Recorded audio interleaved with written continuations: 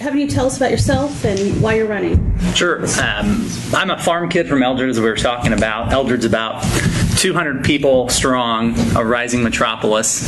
Grew up on a small cattle farm in that community. 17, I joined the military, and that was on the heels of 9/11. Decided I didn't want to do an ordinary job, so my parents, being 17, had to sign a permission slip. So they would only sign a permission slip if I would enter the Air Force. Well, they didn't know the Air Force had combat jobs, and I didn't either until I talked to a recruiter.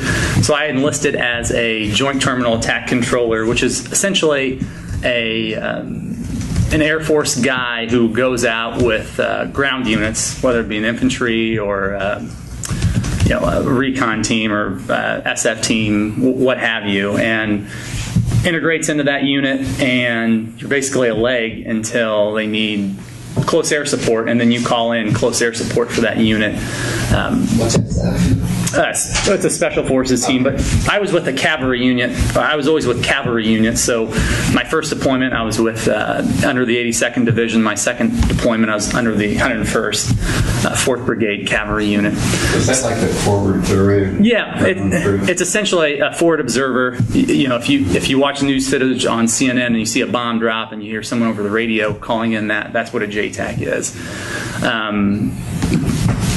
That for me really changed my life in that I wanted to, I saw firsthand what politics can do. I wasn't a very political kid growing up, but when I'm sitting in Iraq and then sitting in Afghanistan and I'm kind of questioning our mission because of the rules of engagement and wondering why we're spending so much blood and treasure in a place that I didn't feel like we were playing to win, I became more political and decided I wanted to go into public service probably around the time I was leaving Afghanistan. Realized I needed to offer something to go into public service, so I committed myself to finishing undergrad at Carbondale. Did that in under 2 years, and then went on to law school at St. Louis University. During that time, I met my wife, who was from Jersey County, a Jerseyville native, and we got married when I was in law school. My time at St. Louis University School of Law, I worked for a big, Monsanto. During law school, I worked for Bryan Cave, which is a larger firm in St. Louis. And then around the time of my third year, I decided I wanted to run for state representative.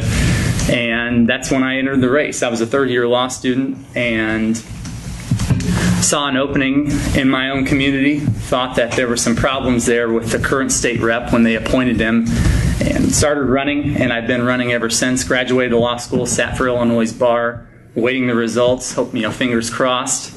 But my main focus has always been guided by a principle I learned, or I guess a quote I heard when I was in high school at Carrollton High School, and that was JFK's famous, ask not what your country can do for you, but ask what you can do for your country. And that's truly been a guiding principle in my life. So with this seat, I see this as a way of continuing to serve my country in a smaller way, but albeit a way that impacts my local community. Outside of that, I've been pretty active in the veterans organizations, VFW, AMVETS. In my district, we have a very high rate of veterans. One statistic I saw was 70% of the households in my district have at least one veteran in them. We've seen issues with the VA come up on the national level. What I want to talk about with people, and what I do talk about with people, is all those issues start at the state level when they intake those veterans. And we need someone who understands that system. I've been through it. I went through the VA for medical procedures or compensation or benefits, those sort of things. So I understand that from the ground floor up, and I want to help out those veterans in my area. So when you look at my district, it's overwhelmingly an agricultural district. There's only one or two larger cities, and that's all relative, the biggest being Jacksonville, but the rest of my district is all farmers and people involved in the agricultural community. I look at myself as the only candidate with any experience in that agricultural community. We talked about veterans briefly. There's a huge percentage of veterans in my district, and I'm the only candidate who is a veteran. And then you talk about some of the other problems that come within my district: infrastructure, education. I'm the only candidate who went K through 12 public education. And so I think I'm uniquely positioned to understand the problems in my district and advocate to solve those problems and create solutions for District 100. And that really informs my basis on running for this position. You referenced some problems you thought there have been with the current state representative. Could you elaborate on that a little bit? Sure. The biggest problem that I see with Mr. Davidsmeyer is that he, on the one hand, owns a road construction business that bids on state contracts, and on the other hand, he sits in the General Assembly where they approve money for state contracts. I was listening to essentially a report saying that Illinois pays 3 times more for a yard of concrete for road construction than our neighboring states. You can talk about those states that have right to work as a mitigating factor in that, but I think we have some serious problems. When I go to door, and I've hit over, I think 12,000 doors myself now, the biggest topic that is brought up from the people behind those doors is corruption. And they see corruption at the, from the governor, on down to their local officials. And I think that's a big problem, and I think there's a huge potential for corruption when you have state reps and senators who sit in those positions and then also bid on state contracts and services. And I think we need to mitigate that risk by passing legislation or constitutional amendment precluding legislators from having interest in businesses that deal with the state for contracts and services. So that's the conflict that I see with Mr. Davidsmeyer. What is his business? Road construction. What's the name of the company? Illinois Road Contractors. Okay. But that's just merely one business in a business conglomerate. There are others. If you go online, you'll see their affiliated business, like his parents own Illinois Valley Paving, which is another road construction business. So they're heavily involved in these businesses that deal with state contracts. And I think that's a conflict of interest. And I think it was proven this past term when he voted present on a transportation bill, instead of voting for or voting to get money to finish our 260 or 67 highway, which is going to benefit our district when we get our agriculture out. And here's why. When you vote present on a bill like that, you send a red flag to every other state rep and state senator in that General Assembly that says, hey, if we're fighting for money, we know this guy's more interested in voting present so he can bid on those contracts than he is fighting for the dollars to go into his district, and I think that's a problem. What if you voted for it? Wouldn't he be open to criticism that he is in charge? Absolutely, and that drives home my larger point, which is we can't have state reps and senators who have interest in businesses dealing with the state contracts and services. So a lot of people have businesses, and it's supposed to be a citizen legislature, so you're disqualifying all kinds of people from being in the legislature. I agree. Yeah, absolutely. I think that's the problem. Our state is viewed as a corrupt state, and until we address that, remove the conflict, we're going to have people continuing to see our state as being a corrupt state. So do you think C.D. Davidsmeyer is a corrupt person? No, I think, but the idea is when you have that conflict there, you open it up to corruption. I think he's an honorable man. But I think the problem is when you have that corruption visible, when someone who I talk to at the door and I mention that, or if someone brings it up to me, they say, listen, this seems problematic to me. Not that he would himself be corrupt. I'm not going to allege that. But I do think there is a possibility of corruption there, and we have to stamp it out. And Illinois needs to take bold strategies, and I think that would be a bold strategy, what I'm proposing. And what state do we pay 3 times the amount per yard of concrete? Well, I was just listening to an NPR report where they were talking about road construction, and basically Illinois, they were comparing it to Iowa, Indiana. I mean, did you ever look up any detailed figures on this? No, I was just mentioning it in passing. And if I were, from a certain business perspective, I would say, well, isn't that workers' comp costs and tort reform that we need so that lawyers like perhaps yourself don't get so much business? I mean, is it a problem just of corruption with contractors, or are you for business reforms like right to work or lower workers' comp costs? No, what I'm saying is that's one part of it. I think that's one part of it. What's one part of it? The bidding process. We need to seriously stamp out any possibility of corruption within that process. And you talk about workers' comp. I'm a strong supporter of labor. I think we need to have robust systems to protect workers. You talk about right to work. I'm against that, adamantly against it, because when you bring right to work in, it crushes the middle class. Those local labor people who are helped out by having a strong union.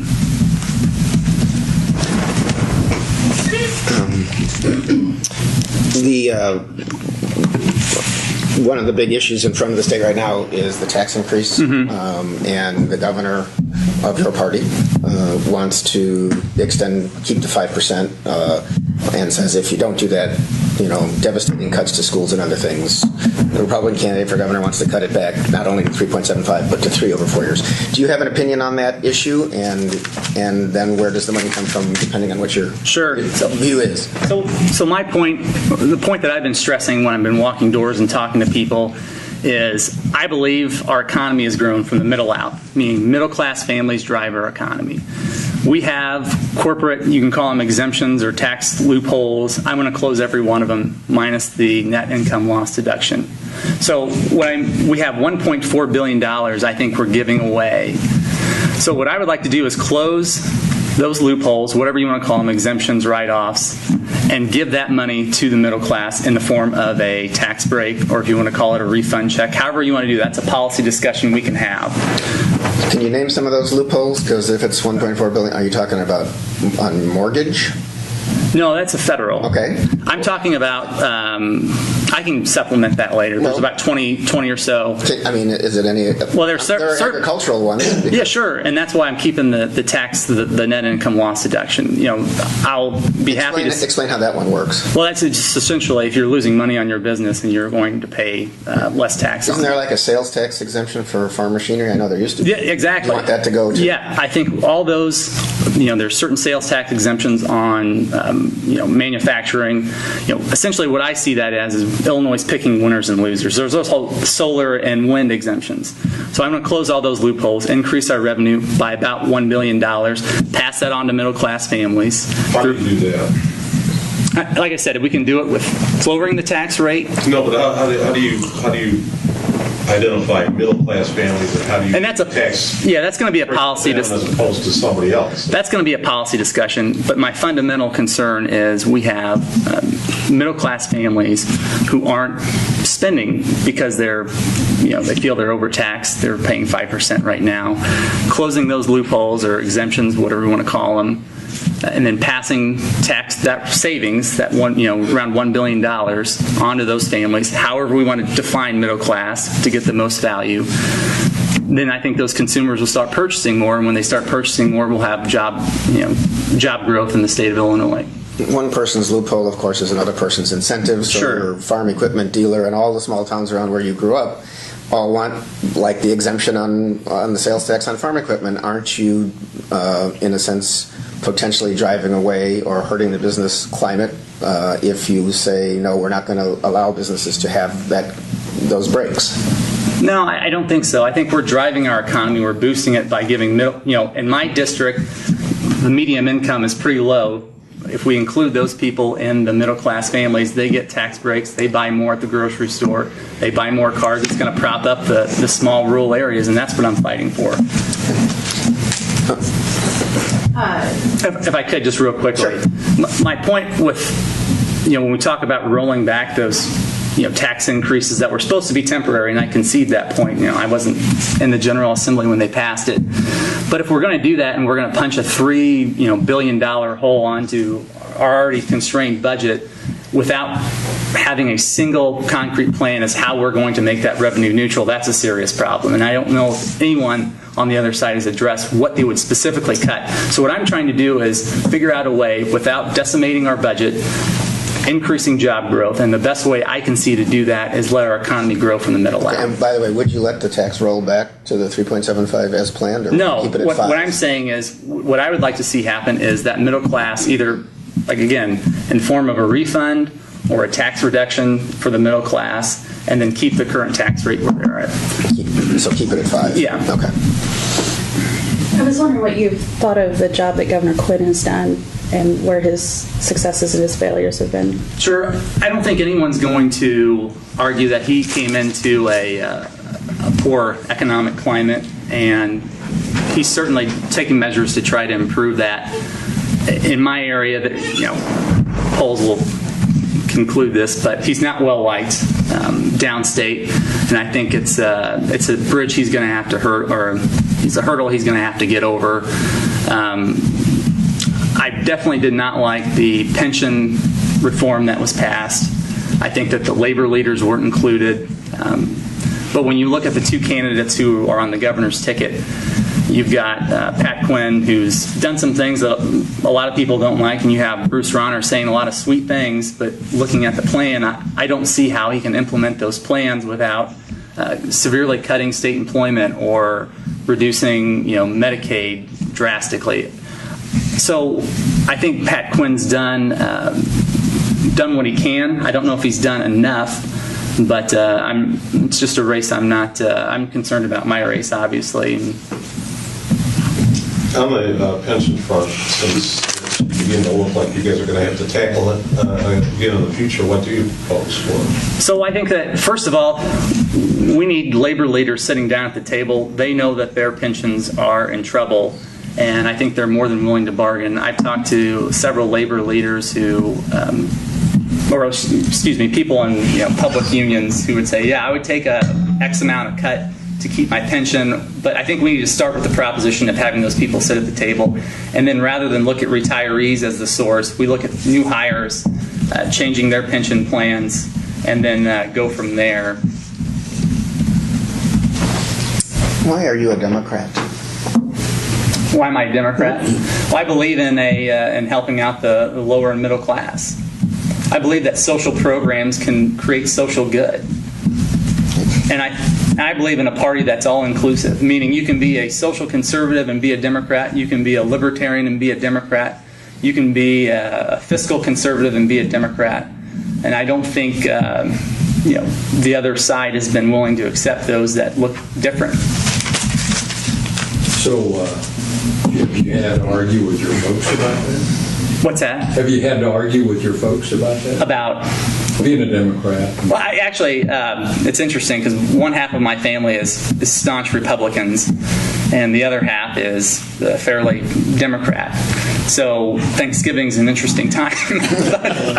but I think those two sides of my family have molded me into a fairly moderate, and people. You just asked the question, but people ask me all the time, how can you possibly be a Democrat with some of the things you're proposing? And my thought is we focus so much on party, we lose. Right. We lose the fact that parties don't create solutions; they create winners and losers. And we need people who are going to create solutions. And some of the things I'm talking about are fairly radical. And you alluded to it with kind of rolling your eyes at me earlier. I'm just kidding. No, that's fine. I do that to everybody. Yeah. So I know some of the things I'm talking about. Surgery. There you go. Some of the things I'm talking about don't fall lockstep with the Democratic Party of Illinois, but I think we need independent thinkers who are going to push independent ideas through the General Assembly. And that's what I'm going to do.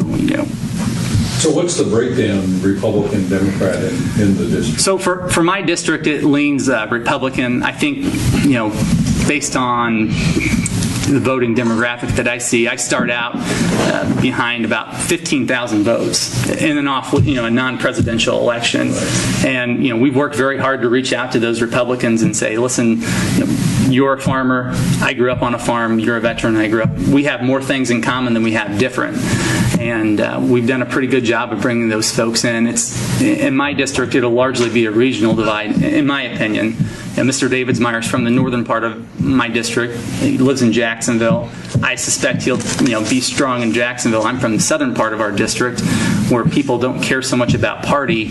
And I think I'll do great in the southern part of our district. So it's really going to be a battle of who can persuade the independent voter who's not inclined to vote for one party or another that they have the best ideas, that they're willing to stand up for our district as opposed to fighting for a party belief.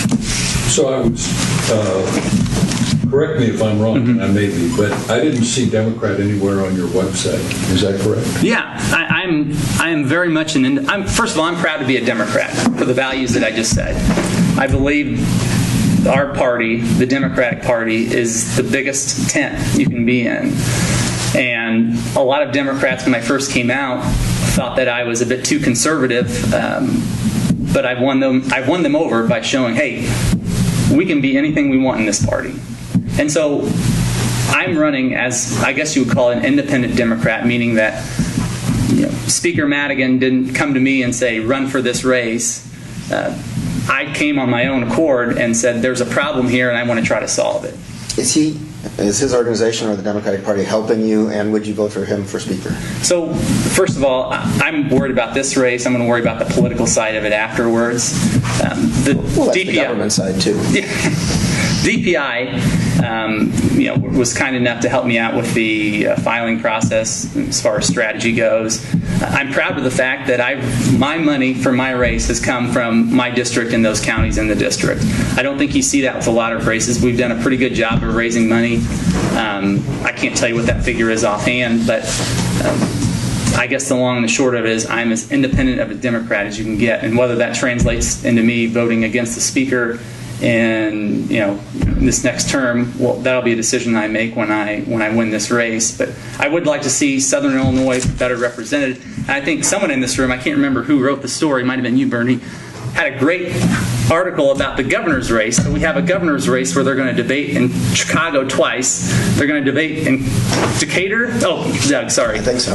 Decatur once, and they're not going to, or Peoria, excuse me, and they're not going to come to Springfield and debate. And Governor Quinn has opened offered the invitation, but I don't think it goes far enough. Why aren't we debating in Carbondale? Why aren't we debating in Alton? Illinois doesn't end at I-80, and that's what people in my district feel like. We're forgotten, and I think that's a serious problem. Do you support Menard's school funding? Yeah, absolutely. I think there were some. I'm just going off the numbers that ISB came out with. And in my district, it was going to increase school funding by $6 million, which is much needed in my district. When you close local schools in rural communities, you kill the community. A great example is where I come from in Eldred. There was a school there like 30 years ago, and then it closed down, and Eldred has never been the same. You've got schools like Carrollton, where I went to school, that are struggling with funding. You've got schools like Jersey Community Schools that had to take out $2 million in bond debt to stay afloat. You've got schools, Pittsfield, these rural areas, they need their schools because they're not just a place to educate kids, it's the linchpin of the community. So we talk about consolidating schools in rural areas, and it's a big problem that goes beyond the education system and goes really to the heart of the community. So this bill, once it gets passed, will prop up these rural areas more than just educating kids. And obviously that's a major concern for me, is we have to keep rural schools open. We don't want to bus kids 45 minutes to a centralized school and then bus them 45 minutes back. But there's some speculation now that Madigan may use that as a vehicle to do the pension transfer to local school districts. To tax that on. Sure. Does that make it unacceptable? Yeah, that definitely hurts. I mean, that hurts it in my eye. I just know that Senate Bill 16, as it was proposed, was going to help out rural schools and urban schools in Chicago that have in Springfield that have low property tax. Well, it was going to go right to the heart of the funding formula problem, and I support that. I can't speculate as to what the Speaker plans to do with it, but I think it's a great bill right now that's going to help out rural areas, and I support it. It sounds like you want the state to continue to pay teachers' pensions as opposed to the transfer to the local districts. Yeah. And how is that? Why would you want the state to continue to do that? Because our local districts are already constrained on what they can do. I mean, I just mentioned Jersey County taking out $2 million in bond debt. If we transfer more of that cost onto the local districts, we're going to have districts that won't be able to pay for the school and the pensions. I mean, we have a very limited amount of income in these rural areas. I think it needs to be going towards the school district, educating kids. I think the state has an obligation to fulfill its contracts with its teachers, and I think we need to continue to meet those. So the question to think about, though, is why should Jersey County taxpayers underwrite Evanston Township retirement for teachers? Not to point the finger at Vern. Well, I think we need to combine, my You don't thought. have to answer that. Sure. I think that's really the question behind that, the other side of that. How many years did you have in the military, and are you still? I was 4 years. I just got out of an active ready reserve, so I'm done with the. You're done. So yeah. you're 4 years active? 4 years active. And then Afghanistan and Iraq? Yes. Okay, and how old are you now? I'm 27. Okay. And getting your law license going, you just took the bar exam, you said. What kind of law do you practice? When I worked at Bryan Cave, I did commercial litigation. The firm I work with now, I focus transactional work. It just seems to fit in that area. We service a lot of farmers and small business owners, and that's just kind of that's what I've fallen into. Okay, I mean, it's not, I don't mean to be ageist at all, but you're getting your career going. Why run for office right at this time as all that other stuff is happening? I just don't think we can afford to have people, I think it's going to take everyday people stepping up to the plate. And that's a serious concern of mine, is the voting base almost seems to be asleep at the switch. And we've seen what happens in Ferguson, for example, when the voting base gets so disenfranchised, serious problems come up. And so I look at this as a way for me to, one, continue serving, which we touched on before, but two, to make some good changes in my district and fight for my district. I don't want to sound like I'm the end-all be-all. I'm just one person, and I'm not perfect. There's only been one perfect person. We shoved a spear through his side. But I do think I can do some good in my district. Look out for the agricultural community, look out for the veterans in my area, and that's what I want to do. And I think I can do a better job of that than my opponent. What if you don't win? Well, that's an outcome that I'm not looking at right now, but I'll just continue to be in my area. I'll work for the law firm I'm at. I'll continue working with veterans organizations, helping out that. Oh, go ahead, sorry. Do you anticipate running again if you don't win? Or what's your thought for the future? Well, right now I'm just focused on this race. If I don't win, it's a strong possibility. We talked about the district, how it leans Republican. But at the same time, I'm just worried about this race. It's taken a lot out of me, this race, and I spent a lot of time at the doors. I can guarantee you one thing, regardless of whether I win or lose, I'm still going to be active in my community. I'm still going to help out veterans organizations. I'm still going to help out farmers, just albeit not in the General Assembly, but in the practice we have. So I can't say definitively whether I'd run again or not. Depends on, I guess, what the outcome looks like. Do you have any more problems with vandalism? Well, I get calls all the time. People say, hey, a sign was yanked from my yard, that sort of thing. But no, I haven't seen anything. When you were earlier talking about pensions, I want to make sure I understood what you mentioned. Not tapping the retirees as much and looking at future employees as a way to Sure. costs. What are you talking about more specifically there? Do you think you're talking about trimming benefits? Or are you talking about 401k? I think everything's on the table. I disfavor the 401k style. When I initially ran, I was considering that as an option, basically an opt-in for new hires to do that. But I think we can do a good enough job of creating a pension plan for future state employees that we wouldn't need that. So that's my plan going forward, is to work with labor leaders to figure out what they can live with for their members, and create a pension plan for future hirees. The biggest problem with our liability is the unfunded future liability. So if we can curb that spending downward for future employees, we can address that unfunded liability going forward. I think the state can outgrow that, and that's my plan.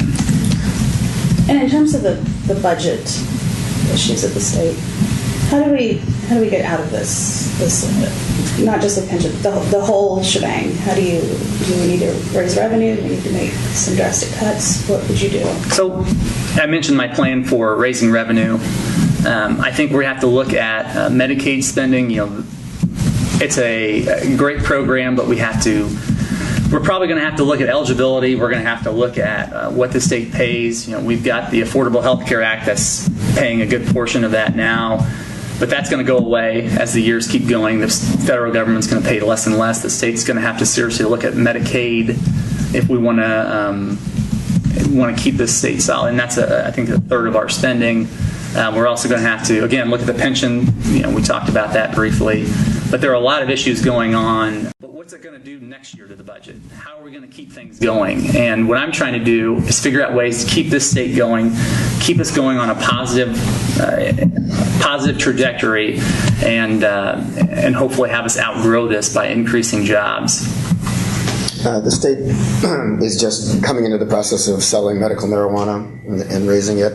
Some states have gone to decriminalizing the whole thing or just making it legal for recreational use. Do you have any opinion on that one? I think what the pilot program that was passed by pushed by Senator Hayne should be our first step. If we're going to consider medical marijuana, there needs to be some sort of test program.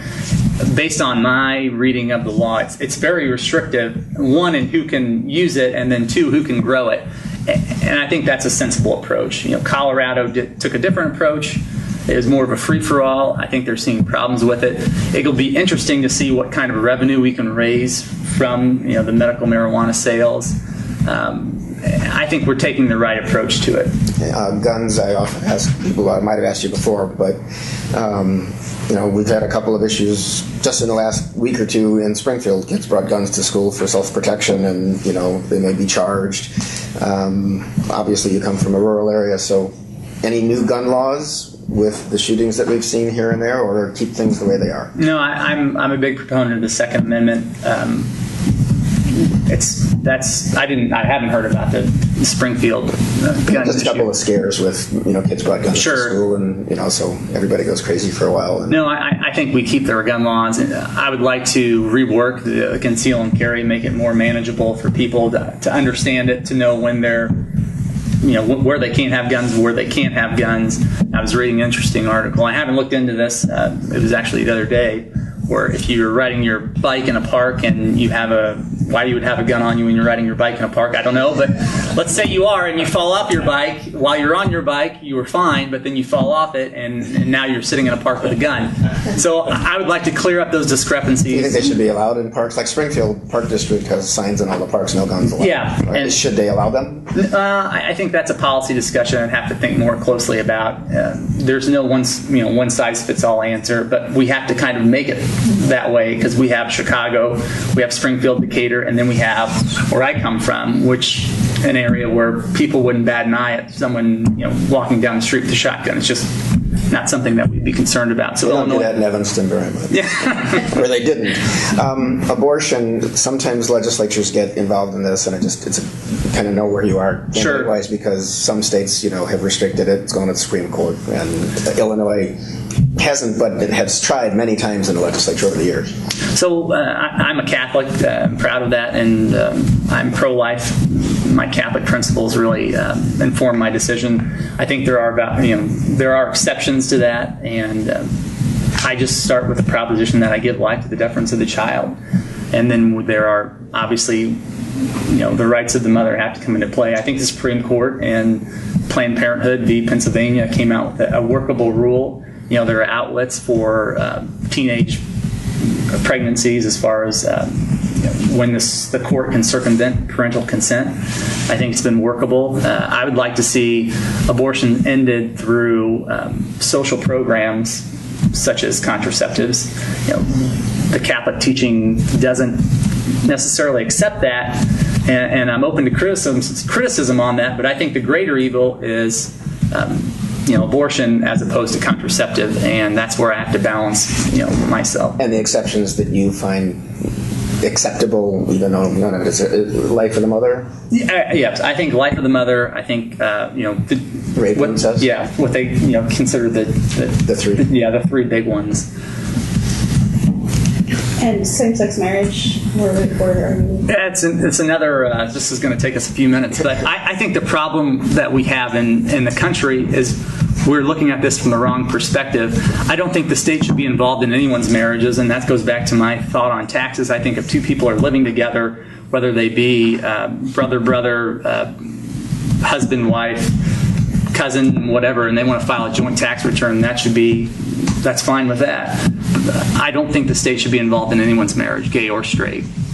So should we quit doing licensing of marriage? Yeah, I think so. Remove it from government? I do. Sounds like a guy in the radio here. That's kind of a different, that's just, I haven't heard a candidate say that. Our Constitution, our federal Constitution grants negative rights, meaning the government shall not you are entitled to this. That's what Europe does. Europe has positive rights. You are entitled to this. Our Constitution was founded on negative rights. The government shall not. And so, in my opinion, when we're talking about granting rights to people, we're having the wrong argument. Okay. Just a question. When I think of it, I understand your point that, taxes, this and that. But then you think of hospital visits, you think of inheritance. There are all of these things that because you're married, and this is, in the same-sex marriage argument, a couple, you can inherit the other person's wealth, you can make medical decisions for them without special clearance. You're saying you would do away with all of that? The legal system already has mechanisms for all those things you talk about. Inheritance rights, we have wills, probate. If there's no will, the legal system will adapt if the government. Now, granted, this is a far-fetched idea. I understand.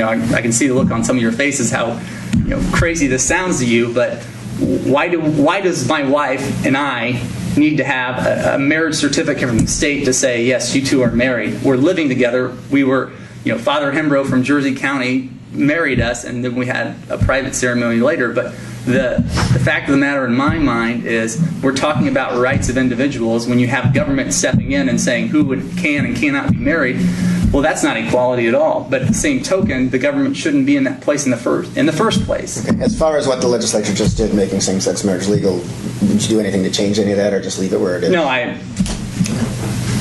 So I'm interested in clean water. Sure. And with your farming background, and a couple of times there were references on your website to doing away with some regulations that would improve farming. And I hear that a lot out in the farm community. Sure. No one can identify what those regulations are. Is there one that comes to mind? Well, so, first of all, the Ditch the Rule, you've seen that campaign by the Farm Bureau. Yeah. And I'm not sure that that's inaccurate. Yeah. But that's okay. I'm just using it as a reference. So my point being is, growing up on a farm, the best regulators of agriculture are farmers themselves. When you see your neighbor down the street, polluting your water stream, you're going to go talk to him. At least I remember my dad doing that, saying, "Hey, are you doing this? Because this is what so and so told me." And we need strong regulation with clean water and clean air. But my thought is, if you're under a certain size farming operation, the state should give you some deference in what you're doing. We're expanding the definition of navigable waters, and maybe that makes sense.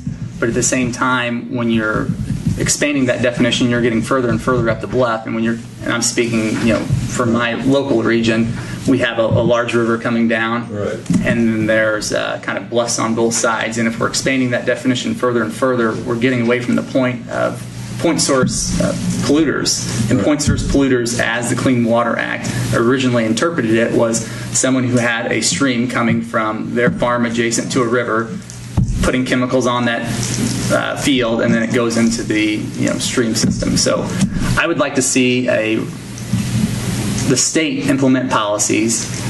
We obviously have to fall within the Clean Water Act that grants some sort of exemption for farmers under a certain size, with under a certain acreage, and under a certain amount of livestock. I've capped it at 1,000. I think that's reasonable. But while still protecting our water, we're giving rural farmers some flexibility. 1,000 cattle? Yeah. That doesn't seem small to me. Well, we have to cap it, and I think that's a reasonable amount. And that's a policy. That's a policy. If they were on decision. the lawn out here, that'd be a bunch of cattle. That'd be a lot of cattle. Yeah. But when you have Depends on where they are. when you have 1,200 acres, you can have 100 cattle. Yeah. So then you work with Monsanto for a while? I did. I worked for, my first year of law school, I worked there in their legal department. And how would that have informed your kind of thoughts now, or kind of changed your mind about some things relative to? You know, when I walked in for an interview with Monsanto, I said, I've caught both sides of your business. On the one hand, I have my farm families and friends that hate you because you increase seed prices with with what you do. On the other hand, though, you increase yields with those, right. And so I'm very open-minded about the whole thing. I don't think it would have influenced my decision on what I feel about policy, though. I worked there for 4 months or 5 months, something like that. But I did see the business side of it, and it's an interesting business model, and they seem to be growing. So Yeah, they are. Would you support a gas tax increase on the capital program? I haven't thought about that, but I guess it would just depend on the tax and what kind of. I just have to look at the policy and see who's going to benefit and who's going to catch the burden of that, and what that percentage would be.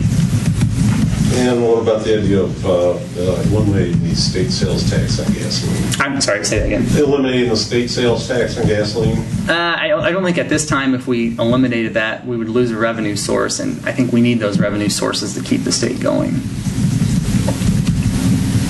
In terms of transportation needs in your district, how are things looking? Are they trouble over? If you're in Jacksonville, it looks wonderful. You've got main access to highways. If you go a little further south in our district, you have roads that aren't complete, roads that are still being chipped and tarred. And that's where our breadbasket is. That's where our money's made, is in those row crop production and in livestock production. We've got to have massive infrastructure in our district to get those crops to market, to get that livestock to market. So if I was grading it on a school scale, I would say we're at like a C overall in the district, maybe even a C minus.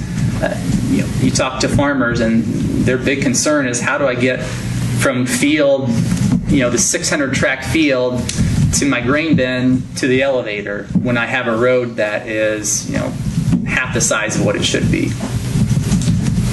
You have a view on term limits? I think Illinois needs more voters than term limits. I'm not opposed to term limits by any means.